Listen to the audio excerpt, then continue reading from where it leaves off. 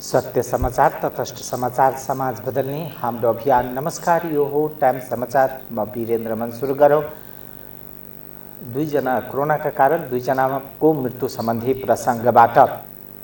मंगलबार पछिल्लो 24 घण्टामा कोरोना संक्रमितको संख्या 1000 नाघेको छ भने दुईजनाको मृत्यु भएको छ। स्वास्थ्य तथा जनसङ्ख्या मन्त्रालयका अनुसार 6300 जनाको परीक्षणमा 1090 जनामा संक्रमणको पुष्टि भएको हो, जसमध्ये 2958 जनाको पीसीआर परीक्षण गर्दा 650 जना र 3342 जनाको एन्टिजेन परीक्षण गर्दा 530 जनामा संक्रमण देखिएको मन्त्रालयको भनाइरहेको छ।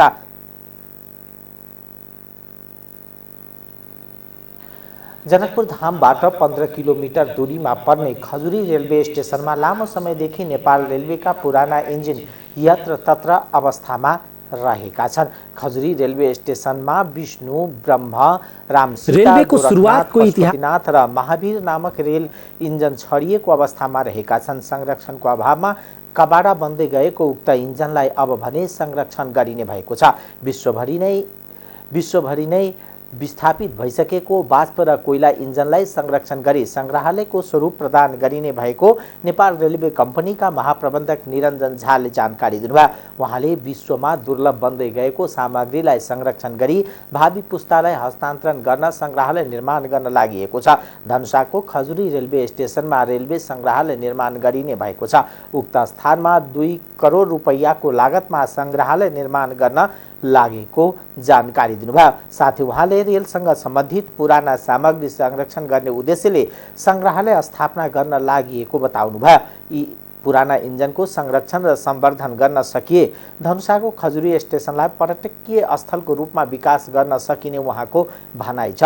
उक्त संग्रहालयमा नेपालमा पहिलो पटक भित्रिएको रेल पनि प्रदर्शनमा राखिने महाप्रबन्धक झाले जानकारी दिनुभयो। जनकपुर धामबाट 3 दिनदेखि बेपत्ता एक किशोरको शव फेला परेको छ।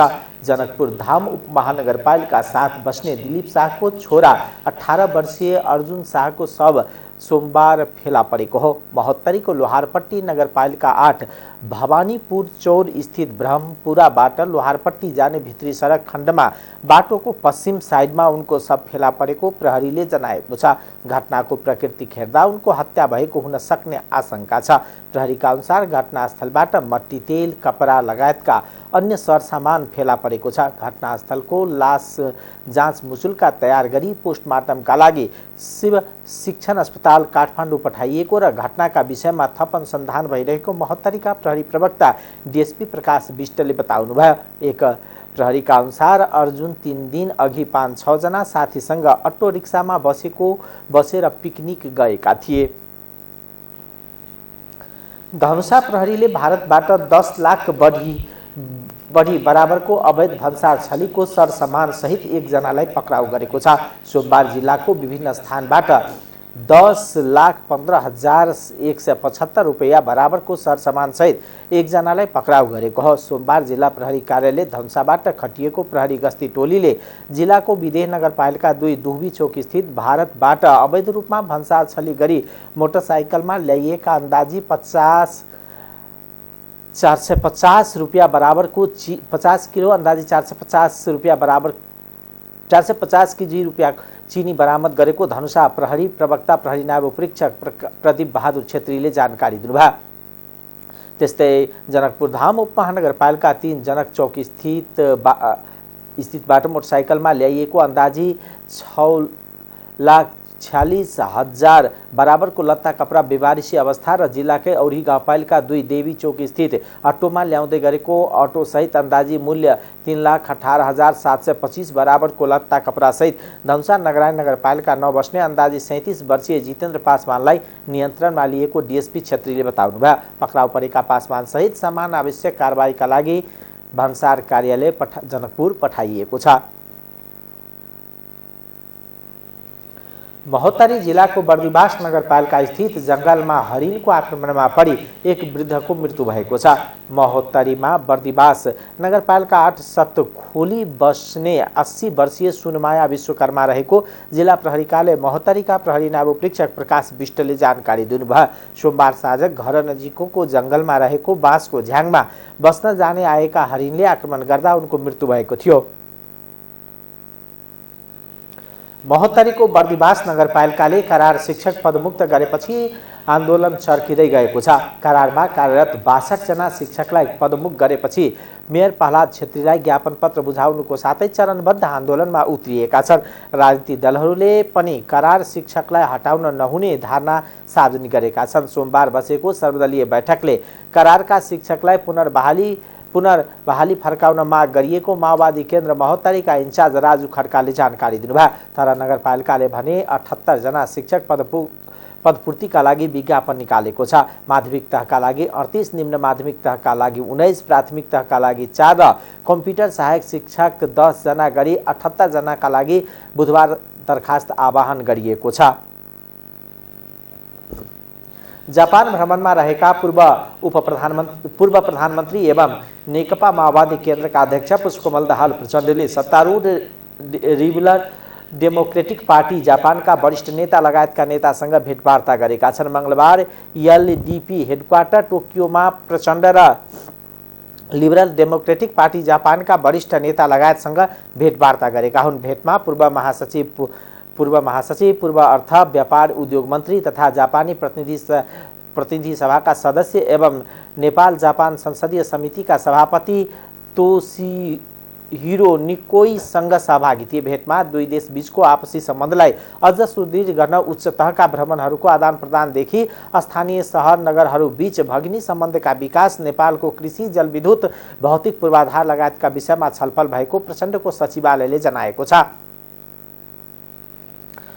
लोकतान्त्रिक समाजवादी पार्टी नेपालका सांसद राजेन्द्र महतोले पार्टी सरकारमा सहभागी बन्ने वा नबन्ने भन्ने विषय चाँडै टुङ्गो लाग्ने बताउनु भएको छ। मंगलबार संसद बाहिर सञ्चारकर्मीसँग कुरा गर्दै यस्तो बताउनु भएको हो। सांसद महतोले सरकारमा मन्त्री बन्ने कुरा र आउँदो चुनावका लागि गठबन्धन गर्ने कुरामा छलफल भइरहेको बताउनु भयो। छलफल सकारात्मक रहेको र अबको केही दिनमा नै टुङ्गो लाग्ने उहाँको भनाइ छ। उहाँले जसपासँगै मिलेर काम गरिसकेकोले सरकारमा सँग बस्नका लागि कुनै गाह्रो नरहेको बताउनु भयो। उहाँले हामी चुनावको तयारीमा लागिसकेका छौँ र गठबन्धनका सवाल पनि उठिरहेको छ। अहिले 5 दलीय गठबन्धनको तर्फबाट आमन्त्रण आइरहेको छ, कुरा पनि भइरहेको छ। चाँडै यो विषयमा टुङ्गो लाग्ने बताउनु भयो। छैठौं दलको रूपमा गठबन्धनमा जाने हो वा होइन चाँडै टुङ्गोमा पुग्ने बताउनु भयो। जसपा हामी एउटै सरकारमा बसेर जान केही गाह्रो छैन। सांसद महतोले नागरिकता मुद्दाको विषयको सवाल नै सरकारलाई सहयोग गर्न लागेको बताउनु भयो। प्रधानमन्त्री शेरबहादुर देउवाले आदिवासी जनजातिहरूको भाषा, संस्कृति र लिपिको संरक्षण गर्नु राज्यको दायित्व भएको बताउनु भएको छ।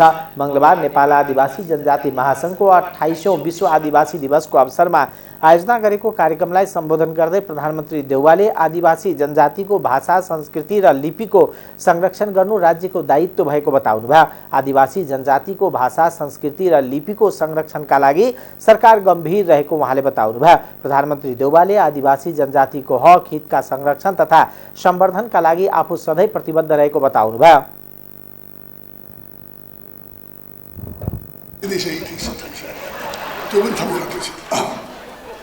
नेपालको कुल जनसङ्ख्या को 1/3 भन्दा बढी जनसङ्ख्या आदिवासी जनजातिको रहेको छ। यस अन्तर्गत विभिन्न सूचीकृत आदिवासी जनजातिहरू जीवित मातृभाषाहरू छन्। यी सबै समुदाय तथा तिनका मूल्य भाषा, संस्कृति र लिपिको संरक्षण गर्नु राज्यको दायित्व हो। यसतर्फ सरकार गम्भीर छ। नेपाल बहुजातीय, बहुभाषिक, बहुधार्मिक, बहुसांस्कृतिक मुलुक हो। विभिन्न विविधताभित्रको एकता नै हाम्रो मूल मन्त्र हो। यहाँ विविध जाति, भाषा, सम्प्रदाय, धर्म मान्ने मानिसहरू भए तापनि एक अर्काप्रति सामाजिक सद्भाव, सहिष्णुता अत्यन्तै राम्रो छ। नेपालको विशिष्ट पहिचान हो। यसलाई हामीले दीर्घकालसम्म अक्षुण्ण राख्नुपर्दछ। कारण गर्ने सन्दर्भमा नेपाली काङ्ग्रेसको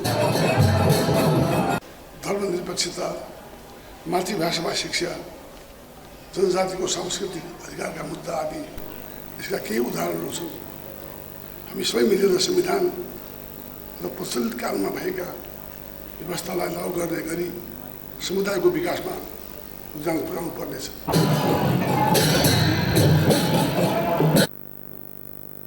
उहाँले आदिवासी जनजातिको परम्परागत सिप र कौशल नयाँ पुस्तामा हस्तान्तरण गर्नका लागि सरकारले आवश्यक सहयोग गर्ने प्रतिबद्धता पनि व्यक्त गर्नुभयो।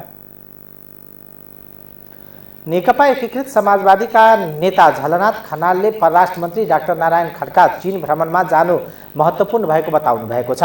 उहाँले परराष्ट्र मन्त्री खड्का चीन भ्रमणमा जाँदा नेपालले चीनसँग गरेको BRI सम्झौता र सीमा समस्या र सम्भव हुने सहमति विषयमा जोड दिनुपर्ने बताउनु भएको हो। उहाँले नेपाल एक चीन नीतिमा तटस्थ रहेको भन्दै हङकङ, ताइवान, तिब्बत चीनकै भएको दावी गर्नुभयो। उहाँले यी क्षेत्रमा जुन कुनै बेला पनि चीनले दावी गर्न सक्ने बताउनुभयो। उहाँले परराष्ट्र मन्त्रीले चीन भ्रमणमा नेपालले चीनबाट लिइसक्ने सहयोग उचित फाइदा लिनका लागि पहल गर्नुपर्ने बताउनुभयो। उहाँले बेला बेलामा नेपाल चीन सीमा विवाद आइरहने भन्दै यसको दीर्घकालीन समस्या समाधानका लागि पनि परराष्ट्र मन्त्रीको भ्रमणले सहयोग पुग्नेमा विश्वस्त रहेको बताउनुभयो। उहाँले भारत अहिलेसम्म नेपालबाट जाने चियाको लागि ट्याक्स नलगाएको भन्दै भारतबाट प्राप्त भइरहेको सुविधालाई कटौती गर्ने हिसाबले भारतले संसदमा संसदीय टिम नेपाल चिया गुणस्तरहीन भएको प्रतिवेदन बुझाएको बताउनुभयो। त्यसप्रति नेपाल सरकारले उचित कदम चाल्नका लागि प्रधानमन्त्रीलाई भेटेर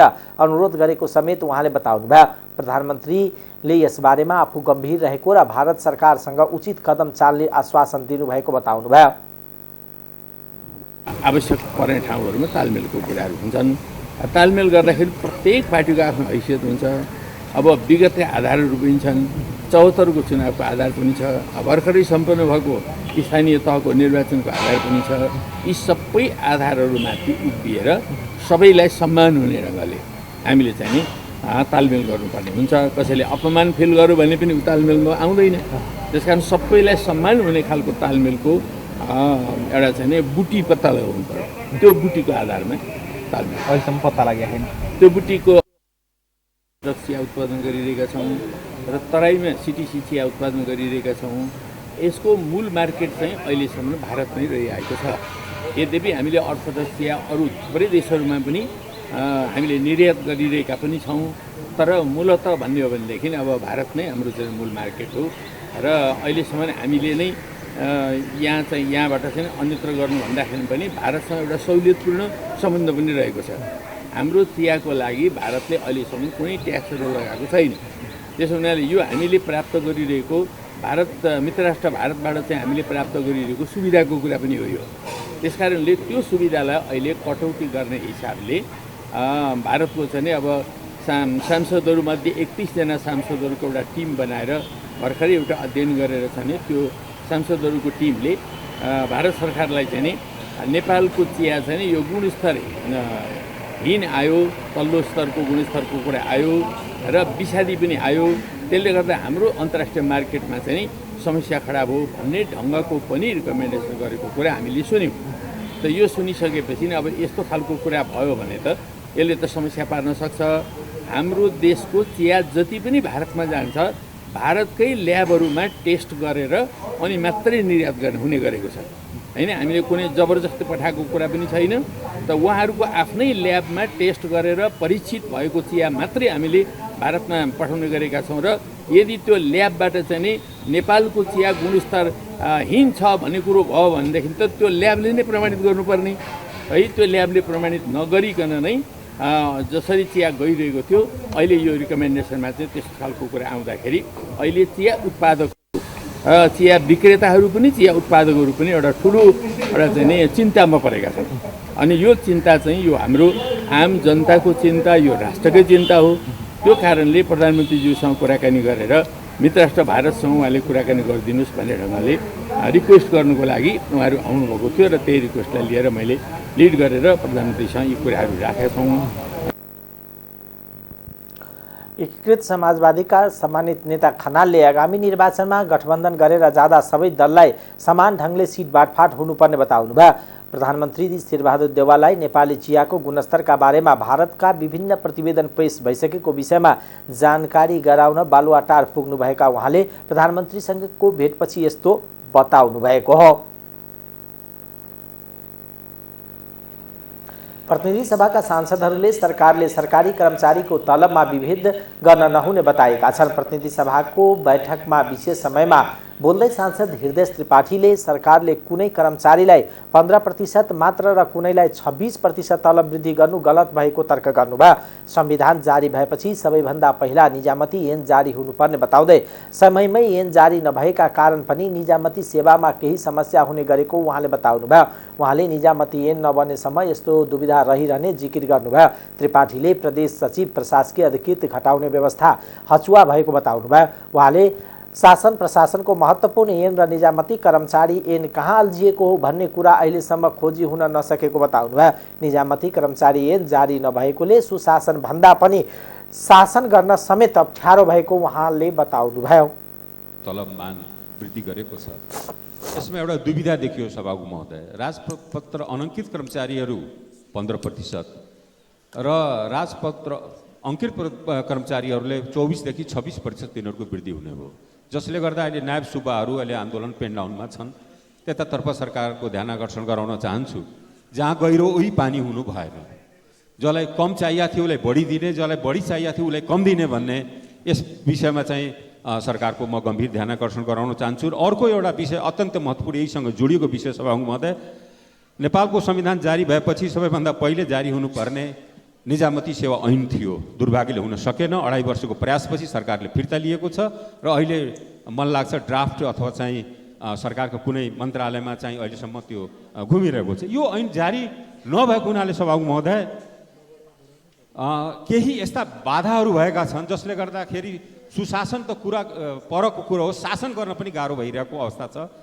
जारी नहुँदा परेको समस्या प्रदेश लोकसेवा आयोगले पुरा फङ्सन गर्न सकेको छैन।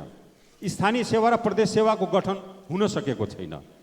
स्थानीय तहमा अहिले 8 प्रकृतिका कर्मचारीहरू कार्यरत छन् जसलाई समायोजन गर्न सकिएको छैन।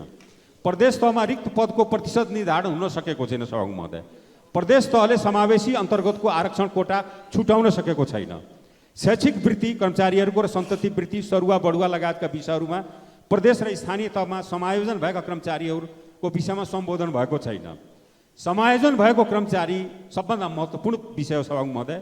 समायोजन भएर गएका कर्मचारीहरूलाई निजामती मान्ने कि नमान्ने अहिलेसम्म दुविधा छ।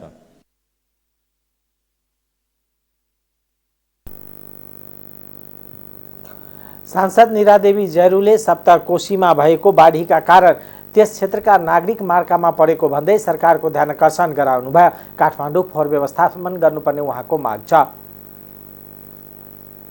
प्रत्येक वर्ष योजना बन्ने तर यस्ता कुराहरूमा पहिल्यै तयारी नभएका कारणले जनताहरू समस्यामा पर्ने भएका कारणले सम्बन्धित मन्त्रालयको ध्यान आकर्षण गर्न चाहन्छु। यसै गरी काठमाडौँको फोहोर अब महानगरपालिकाको मेयरलाई जिम्मा लाएर हुन्छ या सङ्घको सम्बन्धित मन्त्रालय सरकारले यथाशीघ्र बसेर यसलाई निवारण दिएन भने अहिले त पानी परिरहेको छ, 4 दिन घाम लागेछ भने बस्न सक्ने वातावरण बन्ने छैन भन्दै मलाई लाग्छ यो काठमाडौँको फोहोर भन्दा ठुलो कुरा, कोरोना भन्दा ठुलो कुरा धारा 40 र 26 लाई कानुन बनाएर अगाडि लग्ने भन्दै पनि राज्यका तहमा बसेका सिडिओ साफहरूले कुकुर कामी कुकुर्नी कमेनी जस्ता नागरिकता वितरण गर्नुभएको छ। यद्यपि त्यसलाई गृह मन्त्रालयले सम्बोधन गर्ने कुरा गरेको छ, तर सम्माननीय सभामुखज्यू त्यो टोली बनाएर वितरण गरेको नागरिकता हो झैँ लाग्छ। स्थानीय तहसँग समन्वय नगरेर ती व्यक्तिलाई खोजेर ल्याउने नागरिकता सच्याउन सक्ने अवस्थामा देख्दैन। त्यसैले गृह मन्त्रालयको ध्यान आकर्षण होस् भन्न चाहन्छु र म त्यति बेलाको त्यो टिममा रहेका प्रशासकीय अधिकृतहरूलाई सिङ्गो 60 लाख दलितहरूका हैसियतले राज्यका एउटा निकायमा बसेर यस्तो गैर जिम्मेवारपूर्ण काम गर्नु भएकोले तत्कालीन खारेजको मागसम्म गर्छु, निलम्बित गर्नुपर्छ भन्ने चाहन्छु। उहाँले दलित समुदायका व्यक्तिलाई हेपेर कुकुर कुकुर्नी जस्ता नाम राखेर नागरिकता दिने गरिएको भन्दै नागरिकता वितरण गर्ने सम्बन्धी व्यक्तिलाई कारबाही गर्नुपर्ने माग गर्नुभयो। कानून न्याय तथा संसदीय मामिला मन्त्री गोविन्द प्रसाद शर्मा कोइरालाले निर्वाचन सम्बन्धी कानूनलाई संशोधन गर्न सरकार तयार रहेको बताउनु भएको छ। प्रतिनिधि सभाको मंगलबारको बैठकमा बोल्दै मन्त्री शर्माले यस्तो बताउनु भएको हो। उहाँले यस सन्दर्भमा निर्वाचन आयोगले गृह कार्य गरिरहेको बताउनुभयो। उहाँले लैङ्गिक समानता र समावेशिताको प्रतिकूल रहेको नेपालको कानूनहरूमा सरकारले विगतदेखि नै संशोधन गर्दै आएको उल्लेख गर्नुभयो। निर्वाचनको प्रयोजनका सन्दर्भमा लैङ्गिक समानता र समावेशिताको अनुकूल नै कानून परिमार्जन गर्ने सरकारको नीति रहेको उहाँले प्रश्न पार्नुभयो। मन्त्री शर्माले नेपालको कानूनले समावेशीकरण र समानताको कुरालाई अंगीकार गरेकोले कानूनी व्यवस्थालाई लागू गर्न आफ्नो ठाउँबाट भूमिका खेल्नुपर्ने बताउनुभयो। उहाँले महिलाहरूलाई समान रूपमा प्रतिनिधित्व गराउनका लागि संसदीय दलीय संरचनाभित्र सुधार गर्नुपर्ने आवश्यकता रहेको बताउनुभयो।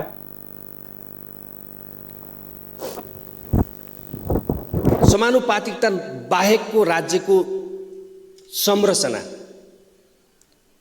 त्यो एकात्मक संरचनाभित्रको अभिन्न अङ्गको रूपमा रहेको र त्यसलाई सङ्घीय लोकतान्त्रिक गणतन्त्रमा जाँदा स्टेटको होल रिस्ट्रक्चरिङको प्रोसेसमा चाहिँ समावेशितालाई र समानुपातिकतालाई सेन्टरमा राखेर जाने कन्स्टिट्युसनल प्रमिस हो। यसमा कुनै विवाद भएन। त्यो कुरालाई हाम्रो संविधानको प्रेमबलदेखि लिएर सबै कुराले स्वीकारेको छ र खास गरी 63 सालकै संविधानमा हामीले त्यो कुरा स्वीकार गरेर आयौँ। 63 सालको संविधानमा यो समावेशिताको र समानुपातिक अवधारणा प्रवेश गरिसकेपछि साबिकदेखि नेपालमा बहाल रहिआएका कानुनहरू संविधान अनुकूलन हुन सकेन। 47 सालको संविधानको फ्रेमवर्कमा बनेका कानुनहरू 63 सालको अन्तरिम संविधानले अगाडि सारेको यो स्कोपमा नमिलेको कारणबाट तत्काल हामीले यो लैङ्गिक समानता कायम गर्ने सम्बन्धी एउटा विधेयक ल्यायौँ। मुलुक ऐन लगायतका 18वटा ऐनहरूमा त्यति बेला संशोधन गरियो। त्यसपछि लैङ्गिक रूपमा रहेको विभेद र लैङ्गिक हिंसालाई संरक्षण गर्ने प्रकृतिका कानुनी व्यवस्थामा समेत सुधार गर्नुपर्ने देखिएको हुनाले लैङ्गिक समानता कायम गर्नको लागि लैङ्गिक हिंसा अन्त्य गर्ने उद्देश्यले लैङ्गिक समानता कायम गर्ने तथा लैङ्गिक हिंसा अन्त्य गर्न केही नेपाल ऐनलाई संशोधन गर्न 2072 सालमा फेरि अर्को ऐन जारी गरियो। त्यसले 31वटा नेपाल कानुनहरूलाई संशोधन गर्यो। यसरी 18वटा अनि 31वटा कानुनहरूको संशोधन गरेर समावेशितालाई र समानुपातिक सिद्धान्तलाई लिगल सिस्टमभित्र कन्स्टिट्युसन अनुसार लिगल सिस्टमभित्र इन्ट्रोड्युस गर्ने काम चाहिँ गरेको अवस्था विद्यमान छ। मैले अघि निवेदन गरेँ संविधानको प्रस्तावनामा हामीले यो कुरा त राख्यौँ। यसको अतिरिक्त संविधानको धारा 18 मा पनि पोजिटिभ डिस्क्रिमिनेसन यो फर्मल मोडेल अफ इक्वालिटीबाट हामी एक स्टेप अगाडि आएर सब्स्टेन्टिभ मोडेल अफ इक्वालिटी अर्थात् तल परेको वर्गलाई माथि नउठाउँदासम्म गराइने प्रतिस्पर्धाले राज्यको संरचना समावेशी हुन सक्दैन भन्ने प्रयोजनले पोजिटिभ डिस्क्रिमिनेसनलाई कन्स्टिट्युसनले संरक्षण गर्ने काम गर्यो। एफर्मेटिभ एक्सनहरू लिन सकिने गरी धारा 18 मा हामीले इक्वालिटी र नन डिस्क्रिमिनेसनको क्लजमा चाहिँ थप एउटा क्लज चाहिँ राखेर आयौँ। त्यसको अतिरिक्त धारा 38 मा राज्यको सबै निकायमा महिलालाई समानुपातिक समावेशी सिद्धान्तका आधारमा सहभागी हुने हक सुनिश्चित गर्यौँ। धारा 42 मा सामाजिक न्यायको हक अन्तर्गत महिलालाई समानुपातिक दलीय संरचनाको संशोधनको कुरा उठाउनु भएको छ। स्थानीय निर्वाचनको उहाँले कुरा गर्नुभएको छिद्र 17को 4 अथवा 17को प्रोभिजन र प्रदेशसभा र प्रतिनिधि सभाको हकमा हामीसँग भएको प्रोभिजनहरू फरक हुन्। हाम्रो संविधानको धारा 215 को 7 र 216 को 7 मा पालिकाको प्रमुख र अध्यक्षले दुई पटक निर्वाचित भइसके पछाडि उम्मेदवारी दिन नपाउने व्यवस्था गरिएको छ। तर यो व्यवस्था स्थानीय तहको सबै कार्यकारी पदहरू प्रमुख, अध्यक्ष, उपप्रमुख, उपाध्यक्ष, वडा अध्यक्ष र जिल्ला समन्वय समिति प्रमुख र उपप्रमुखको लागि पनि एउटै व्यक्ति एउटै पदमा बढीमा 2 पटक मात्र निर्वाचित हुन सक्ने खालको व्यवस्था गरिनुपर्छ भन्ने कुरा आग्रह गर्न चाहन्छु। र हामीले आफूलाई प्रभाव पर्ने खालका कुराहरूलाई छुने गरेका छैनौँ। स्थानीय तहमा पालिकाका प्रमुखहरूले 2 पटकभन्दा बढी निर्वाचित हुन नपाउने अथवा उम्मेदवार हुन नपाउने व्यवस्था गरेका छौँ भने हामीले प्रदेशमा र सङ्घीयको बारेमा त्यस्तो केही पनि व्यवस्था गरेका छैनौँ। म आग्रह गर्न चाहन्छु सङ्घीय संसदको प्रतिनिधि सभा र प्रदेश सभाको समानुपातिक र पहिलो हुने दुवै निर्वाचन प्रणाली अन्तर्गत एउटा व्यक्ति, एउटै निर्वाचन क्षेत्र र एउटै निर्वाचन प्रणाली अन्तर्गत निरन्तर बढीमा 2 पटक मात्रै उम्मेदवार हुन सक्ने व्यवस्था गरिनुपर्छ। अन्यथा अहिलेको जुन खालको स्थिति देखिएको छ, कोही आजीवन उम्मेदवार भइरहने र अरू आजीवन कसैको लागि मतदाता मात्रै बन्नुपर्ने जुन अवस्था छ, यसको अन्त्य जरुरी छ। अब यो समावेशिता र उहाँले सन् 2030 सम्ममा सङ्घीय संसदमा महिलाहरूको प्रतिनिधित्व 40% र प्रदेशमा 40 र स्थानीय तहमा 42% पुर्याउने सरकारको लक्ष्य रहेको बताउनुभयो। सरकारको लक्ष्य अनुरूप राजनीतिक दलहरू पनि प्रतिबद्ध हुनुपर्ने उहाँको तर्क छ। प्रमुख प्रतिपक्षी दल नेकपा एमाले निर्वाचन आयोगमा पुगेर दल दर्ता गराएको छ। मङ्सिर 4 गते हुने प्रतिनिधि सभा र प्रदेश सभाको निर्वाचन प्रयोजनका लागि एमाले मंगलबार निर्वाचन आयोगमा पुगेर दल दर्ता गराएको हो। दल दर्ताका लागि एमाले उपाध्यक्ष युवराज गेवाली, महासचिव शंकर पोखरेल, उपमहासचिव प्रदीप गेवाली, विष्णु रिमाल, सचिव गोकर्ण विष्ट, थाई कमिटी सदस्य डाक्टर राजन भट्टराई र कृष्ण गोपाल श्रेष्ठ लगायत नेताहरू निर्वाचन आयोगमा पुग्नु भएको थियो। नेकपा एमालेका सांसद प्रदीप कुमार गेवालीले आगामी संघ र प्रदेशको निर्वाचनमा एमाले गठबन्धन गर्ने कुरालाई प्राथमिकतामा नराखेको बताउनुभयो। सांसद गेवालीले गठबन्धनले बाहिरका एजेन्डा मिल्ने दलहरूसँग भने छलफल गरेर केही ठाउँमा सहकार्य हुन सक्ने बताउनुभयो। उहाँले गठबन्धन बिना अघि बढ्न सक्दैन भन्ने भ्रम एमालेमा नरहेको उल्लेख गर्दै आफ्नो खुट्टामा उभिएर चुनाव लड्ने बताउनुभयो। जागरुक र सचेत गर्ने र विचारहरूको बिचमा स्वस्थ प्रतिस्पर्धा गरेर जनताको जनमत दिने एउटा उच्चतम लोकतान्त्रिक अभ्यास हो।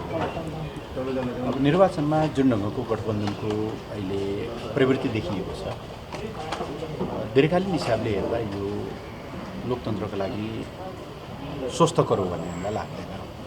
किनभने विचारलाई बिस्तारै असान्दर्भिक बनाउँदै लगेको छ। यस्तो गठबन्धन गर्दा कसको विचार आइरहेको छ? नेपाली काङ्ग्रेसको, जसले आफूलाई उदार लोकतन्त्रमा विश्वास गर्छ, माओवादी केन्द्रको, जसले आफूलाई रेडिकल भन्न चाहन्छ, या जसपा जसले क्षेत्रीय मुद्दाहरूलाई अगाडि सारेको छ, या जनमोर्चा जसले संहिता खारेज हुनुपर्छ भन्छ। गठबन्धन कुनै सामर्थ्यको प्रतीक होइन। बलियोलाई गठबन्धन गर्नुपर्ने, लट्ठीको सहारा लिनुपर्ने जो जान्छौँ र हाम्रो विश्वास छ कि सार्वभौम नेपाली जनताले नेकपा एमालेलाई फेरि नेतृत्व गर्ने अवसर दिनुहुन्छ। स्थानीय तहमा कहीँ कतै हुनसक्छ, तर त्यसको दुईवटा कुरा छ। पहिलो, हाम्रा एजेन्डाहरू जुन छन् अहिले राष्ट्रिय हितमाथि गम्भीर रूपले आघात हुँदै गरेको हामीले देखिरहेका छौँ। त्यसबाट हाम्रो चुनावको एउटा मुख्य विषय राष्ट्रिय रक्षा, राष्ट्रिय स्वाभिमानको रक्षा हुनेछ। लोकतन्त्रमाथि, संविधानमाथि अनेकौँ ढङ्गले प्रहारहरू भइरहेका छन्। त्यसको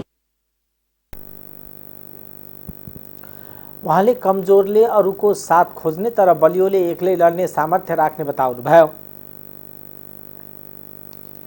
नेपाल कम्युनिस्ट पार्टी एमालेका संसदीय दलका उपनेता सुभाष चन्द्र नेमाङले वर्तमान सरकारले नागरिकता समस्यामा ध्यान दिन नसकेको आरोप लगाउनु भएको छ।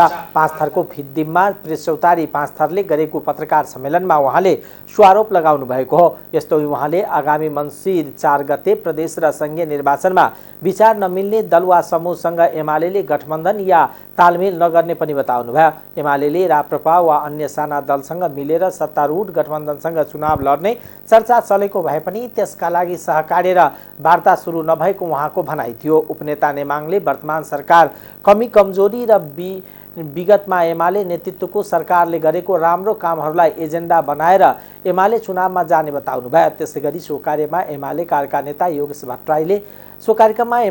नेता योगेश भट्टराईले देशको आर्थिक स्थिति कमजोर बन्दै गएको भन्दै यसप्रति सरकारको ध्यानकर्षण गराउनुभयो। निर्भीक अस्पतालले सरकारी जग्गा मिचेर संरचना बनाएको विषयमा अध्ययन गर्न काठमाडौँ महानगरपालिका र अस्पतालका प्राविधिक सहितको अध्ययन समिति गठन हुने भएको छ। मंगलबार काठमाडौँ महानगरपालिकाका प्रमुख बालेन्द्र शाहले अस्पताल पुगेर नगरपालिका र अस्पतालका प्राविधिक राखेर प्राविधिकको निर्देशन अनुसार अगाडि बढ्ने सहमति गर्नुभएको छ। उहाँले प्रविधिले दिएको सुझाव अनुसार 30 देखि 35 दिनमा संरचना व्यवस्थापन गर्नुपर्ने बताउनुभयो। प्रमुख शाहले नियम सबैलाई बराबर हुनुपर्ने बताउँदै सार्वजनिक जग्गा फुटफाट मिच्ने विषयमा एउटै भएकोले सबैले कानुन बराबर लाग्ने बताउनुभयो। उहाँले अस्पतालले सरकारसँग जग्गा लिजमा लिएको विषयमा समस्या नभएको भन्नुहुँदै अस्पताललाई मन्त्री परिषदले निर्णय गरेर जग्गा लिजमा दिए पनि जग्गा फिर्ता हुनुपर्नेमा जोड दिनुभयो। अस्पतालका अध्यक्ष राजेन्द्र बहादुर सिंहले सरकारसँग भएको जग्गा लिजको सम्झौताको पूर्ण रूपमा पालन गरेको बताउनुभयो। उहाँले अझ अस्पतालसँग सम्झौता अनुसार 8 वर्ष बाँकी रहेको उहाँको भनाइ छ। अध्यक्ष सिंहले महानगर र अस्पतालका प्राविधिकहरूको समितिले दिएको सुझाव अनुसार अगाडि बढ्ने बताउनुभयो। नर्भिक अस्पतालले 2065 साल जेठ 1 गतेदेखि आगामी 20 वर्षसम्मका लागि सरकार र नर्भिक अस्पताल बीच सम्झौता भएर उक्त स्थानमा अक्सिजन प्लान्ट, विद्युतीय वितरण प्लान र खानेपानी र डायलिसिस सप्लाई जस्ता उपचारमा अति आवश्यक उपकरण राखेर बिरामीको सेवा गर्दै आएको जनाएको हो।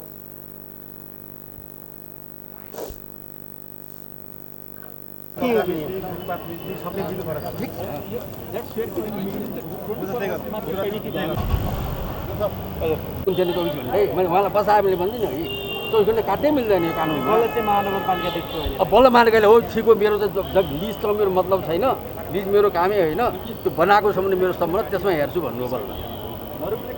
हिजो कानुनसम्म काम गरेर हामीले कानुनमा कुनै छोडेकै छैन। के को डकुमेन्ट सबै छ, कन्ट्र्याक्ट पेपर हामीसँग सबै छ, सब बाँडिसकेका छौँ हामीले नेपाल सरकारसँग 20 वर्षको कन्ट्र्याक्ट लिएर बनाएको घर हो त्यो। र अहिले पनि त्यही हो मेरो, हामी गैर कानुनी छैन, हामी इन्ट्याक्ट कानुनमा छौँ। सरकारले जे तोगा त्यसमा मापदण्ड छौँ र हाम्रो मकसद भने सेवा गर्ने हो। स्वास्थ्य संवेदनशीलमा हामी सेवा गरिरहेको छौँ। आज भनौँ त्यो अहिले भत्काउने कुरा भएर भोलि त्यहाँ पेसेन्ट मऱ्यो भने जवाफ चाहिँ को हुने अक्सिजनको? त्यही कुरा मैले उहाँलाई भनेको छु। प्रोसेस त उहाँले कमिटी गठन गरे त्यसपछि हुने भयो। उहाँहरूले कमिटी गठन गरेपछि कमिटीले के भन्छ हाम्रो पनि राय दिएपछि बल्ल आउने हो त्यो त। सरकारी जग्गा अतिक्रमण गरी बनाइएको अक्सिजन प्लान्टबाट 100 जना बिरामी उपचाररत रहेकोले तत्काल सो संरचना नभत्काएको महानगरका प्रवक्ता नवीन मानन्धरले जानकारी दिनुभयो। नर्भिक अस्पतालले लिजमा लिएको एक रोपनी 8 आना जग्गा पश्चिमतर्फ सम्झौता विपरीत नक्सा पास नगरी घरटहरा बनाएको महानगरको ठहर छ। निर्वाचन आयोगले निर्वाचनमा मतपत्र बदर हुन नदिन मतदाता शिक्षा कार्यक्रमलाई प्रभावकारी बनाउने जनाएको छ। मंगलबार आयोगमा स्थानीयता निर्वाचन 2079 प्रचार प्रसार तथा मतदाता शिक्षा कार्यक्रम प्रगति समीक्षा कार्यक्रममा प्रमुख निर्वाचन आयुक्त दिनेश कुमार थपलियाले यसअघिका कमी कमजोरीलाई हटाउँदै मतदाता शिक्षा कार्यक्रमलाई प्रभावकारी बनाउने बताउनुभयो। सरकारी सञ्चार माध्यमसँगको छलफलका क्रममा मतदाता शिक्षालाई थप प्रभावकारी बनाउनको लागि सुझाव लिएको आयोगका प्रवक्ता शालिग्राम शर्मा पौडेलले जानकारी दिनुभयो। त्यस्तै उहाँले आयोगमा दर्ता भएका 116 दललाई आगामी निर्वाचनमा भाग लिनका लागि पुनः दर्ता गर्न आह्वान गरेको जानकारी दिनुभयो। प्रवक्ता पौडेलले 2 वा 2 भन्दा बढी दलहरू एउटै निर्वाचन चिन्हमा लड्ने हो भने केन्द्रीय समितिको निर्णयका साथ निवेदन दिनुपर्ने बताउनुभयो। उहाँहरूले कहाँ के गर्नुभयो हैन भन्ने कुराहरू हो। यसमा अब सरकारी सञ्चार माध्यम रेडियो नेपाल, गोरखापत्र, एनटिभी, अब त्यसपछि रासस र विज्ञापन बोर्ड यो लगायतका संस्थाहरूले आफ्नो प्रस्तुति गर्नुभयो र यसमा अब डिटेलमा त अब धेरै कुराहरू हुन सक्छन्। अब कहाँ सञ्चार माध्यमहरूले के कस्तो भूमिकाहरू निर्वाह गर्नुभयो। आचार आयोगमा दर्ता कायम रहेका 116 दल 19 गतेसम्म कायम रहेका 116 दलमध्ये आगामी प्रतिनिधि सभा सदस्य र प्रदेश सभा सदस्य निर्वाचन प्रयोजनका लागि 22 गतेदेखि दल दर्ता गर्नका लागि निर्वाचन आयोगले सूचना प्रकाशित गरेर आह्वान गरेको हो। अब यो क्रम 31 गतेसम्म चलिरहन्छ र यहाँले भने जस्तो एउटै निर्वाचन चिन्ह लिएर निर्वाचनमा भाग लिने कुरा यो राजनीतिक दल सम्बन्धी ऐनको दफा 49ले दिएको प्रावधान हो, भएको प्रावधान हो। सोही प्रावधानका बारेमा आयोगले सूचना प्रकाशित गरेको। यदि दुई वा दुईभन्दा बढी दलहरू एउटै निर्वाचन चिन्ह लिएर उम्मेदवारी दिन चाहने अथवा निर्वाचनमा लड्न चाहने हो भने सोही बमोजिम तत्त दलको केन्द्रीय समितिबाट निर्णय गराएर आयोगमा कुन दलको निर्वाचन चिन्ह लिएर लड्ने हो सो विषय खुलाई आयोगमा दल दर्ता गराउनुपर्छ। त्यो भयो। उहाँले आगामी निर्वाचनको तयारी तीव्रताका साथ अघि बढेको धारणा राख्नुभयो। आगामी मङ्सिर 4 गते प्रदेश र संघको निर्वाचन हुँदैछ। अब आर्थिक समाचार।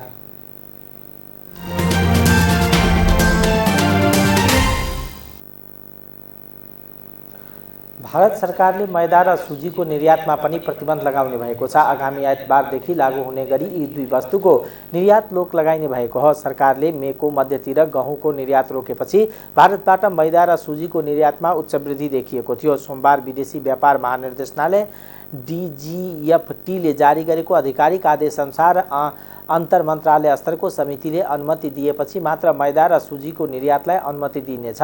गहुँको निर्यात रोकेसँगै आटाको निर्यात चुलिएपछि 1 महिना अघि सरकारले आटा निर्यात पनि बन्द गरेको थियो। घरेलु स्तरमा कीर्तिमान उच्च स्तरमा बाक्लिएको गहुँको मूल्य नियन्त्रण गर्न सरकारले एक पछि अर्को गर्दै विभिन्न कदमहरू चालिरहेको छ। घरेलु स्तरमा न्यून उत्पादन र अन्तर्राष्ट्रिय बजारबाट आयातमा तीव्र कमी आउँदा भारतमा गहुँको मूल्य आकाशिएको छ। एक हप्ता भारतमा 1 टन गहुँको मूल्य 24,000 रुपियाँको कीर्तिमान उच्च स्तरमा उक्लिएको थियो। DGFTले सूचना जारी गर्नु अघि जहाजमा लोड भइसकेका वा भन्सारमा कागजपत्र बुझाइसकेका सुजी र मैदा भने निर्यात गर्न सकिने बताइएको छ। भारतले मे 13 मा गहुँको निर्यातमा प्रतिबन्ध लगाएको थियो भने जुलाईमा आटाको निर्यात रोकेको थियो। विश्व बजारमा गएको महिना खाद्यान्न भावमा तीव्र कमी आएको छ। विशेष गरी गहुँ र खाने तेलको भावमा उच्च कमी आउँदा समग्रमा खाद्यान्न सस्ताएको संयुक्त राष्ट्र संघका खाद्य तथा कृषि संगठन FAOले सार्वजनिक गरेको पछिल्ला तथ्याङ्कले देखाएको छ। कीर्तिमान उच्च बिन्दुमा उक्लिएको खाद्यान्नको मूल्यका कारण विश्वभर महँगी आकाशिएको थियो। पछिल्लो केही महिना यता विश्व बजारमा खाद्यान्नको भाव ओह्रालो लागेपछि यसले उपभोक्ताहरूलाई ठूलै राहत मिलेको छ। तर यो प्रवृत्ति लामो समयसम्म नचल्ने चेतावनी विज्ञहरूले दिएका छन्। अहिले पनि विश्वभर माल खाद्यको भाव उच्च नै छ। यसले भविष्यमा हुन सक्ने कृषि उपजलाई निरन्तर प्रभावित बनाउनेछ। साथै यसको कृषकहरूको जीविकामा पनि प्रभाव। FAOका प्रमुख अर्थशास्त्री मैक्सिमो तेरेरोले एक विज्ञप्ति मार्फत भनेका छन्, खाद्यान्न सहज आपूर्ति उत्पादन अनिश्चितपूर्ण रूपमा हटेका छैनन्। जुलाईमा FAO खाद्य मूल्य सूचकाङ्क अघिल्लो महिनाको तुलनामा 8.6%ले घटेको छ। विश्वभर खाद्य कमोडिटीज डालोमा रहेको खाद्यान्न मूल्यमा हुने मासिक हेरफेर हिसाब गर्ने यो सूचकाङ्क जुनमा 2.3%ले मात्र घटेको थियो। पछिल्लो महिनामा खाद्य मूल्य सूचकाङ्क ओह्रालो लागिरहेको भए पनि यो अझ सन् 2021 को जुलाई भन्दा 13.1% माथि नै छ। समीक्षा अवधिमा अन्नको भाव अघिल्लो महिनाको तुलनामा 11.5%ले घटेको छ। गहुँको भावमा 14.5% कमी आएको छ। वनस्पति तेल भाव पनि सोही अवधिमा 19.2%ले घटेको छ।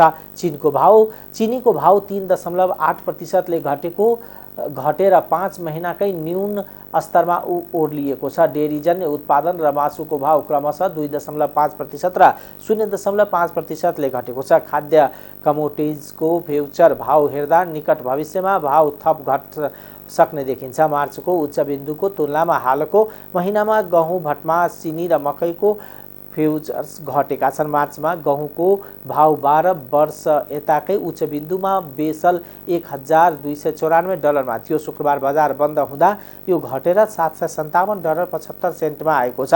खाद्यान्नको भाव घट्नुमा माग र आपूर्ति दुवै मिश्रित कारण भएको बताइएको छ। युक्रेन र रुस बीच युक्रेनमा भएको अन्य निर्यात सम्बन्धी सम्झौता कार्यान्वयनमा आउँदा हालको दिनमा खाद्यान्नको भाव घटेको अनुमान गरिएको छ। अहिले युक्रेनको बन्दरगाहबाट हजारौं टन अन्न बोकेको जहाजहरू रवाना भइरहेका छन्। अब अन्तर्राष्ट्रिय समाचार।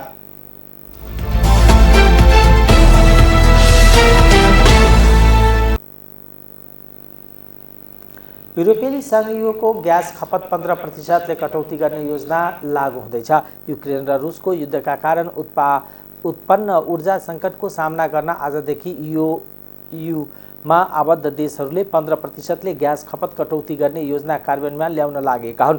2 हप्ता अगाडि 27 राष्ट्र सम्मिलित युरोपेली संघ ईयूले ग्यास खपतमा 15%ले कटौती गर्ने सहमति गरेको थियो। युक्रेन विरुद्ध रुस सैन्य आक्रमणले ल्याएको ग्यास आपूर्तिको सुरक्षा आसन्न खतरालाई ध्यानमा राख्दै यो नियम तत्काल लागू गर्नुपर्ने देखिएकोले आजदेखि कार्यान्वयनमा ल्याउन लागेको ईयूले विज्ञप्ति मार्फत जनाएको छ। चिसो मौसममा ग्यासको भण्डारणलाई समयमै बलियो बनाउन सक्षम हुनका लागि अहिलेदेखि यस्तो निर्णय गरिएको विज्ञप्तिमा भनिएको छ। युरोपेली घर, परिवार र व्यवसायहरू ऊर्जाका लागि रुसी ग्यासका भर पर्नुपर्ने र यसका लागि इन्धन भण्डारण नै निर्विकल्प उपाय हो। केही ईयूमा आबद्ध देशहरूले यो नियमलाई पालन गर्न असम्भव भएको बताएका थिए। तर यदि युरोपेली आयोगले ग्यास आपूर्तिमा गम्भीर कमी वा असाधारण रूपमा उच्च ग्यासको माग देखा परेको छ भने यसले यो सदस्य राष्ट्रहरूलाई ग्यास कटौतीका लागि बाध्यकारी बनाउँदछ। गाजाको अवस्थाबारे छलफल गर्न संयुक्त राष्ट्रसङ्घ सुरक्षा परिषदले आपतकालीन बैठक बोलाएको छ। 3 दिनको घातक द्वन्द्वपछि इस्लामिक जिहाद लडाकु र इजरायली बीचको अस्थायी युद्धविराम भइरहेको बेला परिषदले आपतकालीन बैठक बोलाएको हो। इजरायल र गाजाका विद्रोही लडाकु समूह बीच युद्धविराम गर्ने सहमति भएको थियो। संयुक्त राष्ट्रसङ्घका महासचिव एन्टोनियो गुटेरसले इजरायल र गाजा बीच भएको युद्धविरामको स्वागत गरेका थिए। इजरायल डिफेन्स फोर्स आइडिएफले इजरायल र गाजामा रहेका लडाकु बीच भएको पछिल्लो लडाईँमा गाजामा कम्तीमा 51 जनाको मृत्यु भएको थियो। मृत्यु हुने मध्ये 24 जना विद्रोही पनि छन्। सेनाका अनुसार मृत्यु हुने मध्ये 16 जना सर्वसाधारण छन्। गाजा हिंसाको अफ्रिकन युनियन लगायतले विरोध गरेका छन्। टाइम्स समाचार अहिलेको लागि यति नै। हेर्दै गर्नुहोला टाइम्स टेलिभिजन। नमस्कार।